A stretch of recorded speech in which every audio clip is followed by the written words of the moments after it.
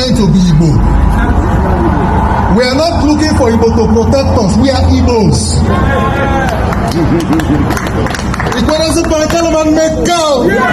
You can choose to say whatever you want to say. You can hold any opinion about Livingstone, but I dare you.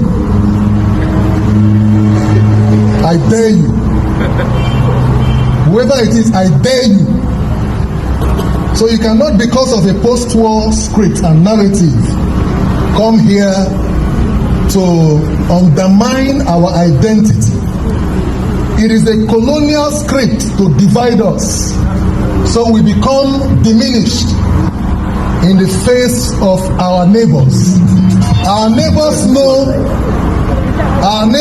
know our capacity. They know our courage. They know we are a global institution. That Igbos all over the world.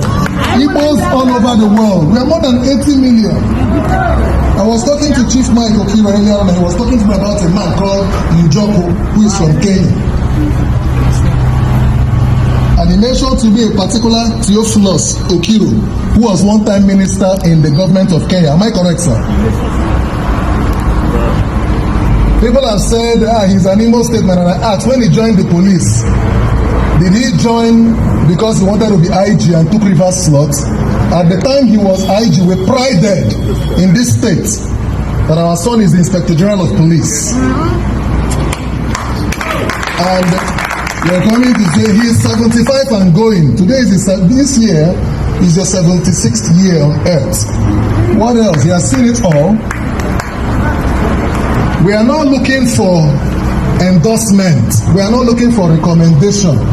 We are not looking for acceptance. Africa survives on the strength of Igbo. Africa survives on the strength of Igbo. Every Egbema you see is an Igbo man. You can choose to deny it. When the whole country respected the Igbos, we don't want leaders that become agents of our enemies or our competitors, and those who will only be satisfied with the crumb from the federal government. One leader that will stand for the Igbo nation, that will defend the interests of the Igbo nation, that work with the supreme leadership of the Igbos. That's what we want. We work with you several times over, and we've tested you, and we know that you are a strong material that can stand firm and serve the Igbo nation at the highest leadership nation. Congratulations. God be with you. God be with you.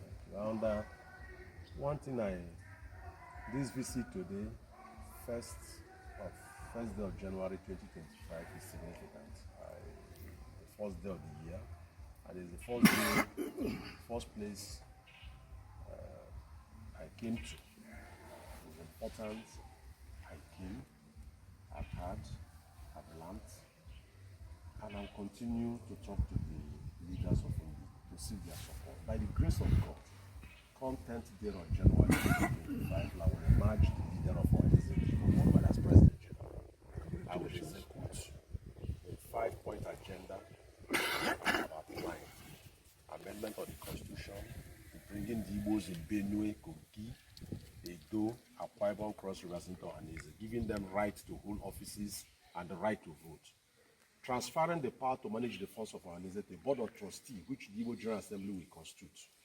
And God willing, an amendment of the Constitution will include translating the Constitution to Igbo language, and then seeking to establish a sovereign fund for Igbo, which will be managed by the board of trustees, so that Igbo land can develop, and then people will respect us, and then we'll encourage our people to come back home and invest, and then we'll equally demand that there should be peace and security. Above all, I'm going to insist that one of the condition precedent for peace in Igbo land is that they should release Nnamdi Kanu to Igbo leadership under whatever condition they will give. And then we will work out modalities for a continuous agitation, but under a more programmed way that will not tense up the place and create crises and violence. Thank you, sir. Thank you, thank you, thank you, thank you. Thank you.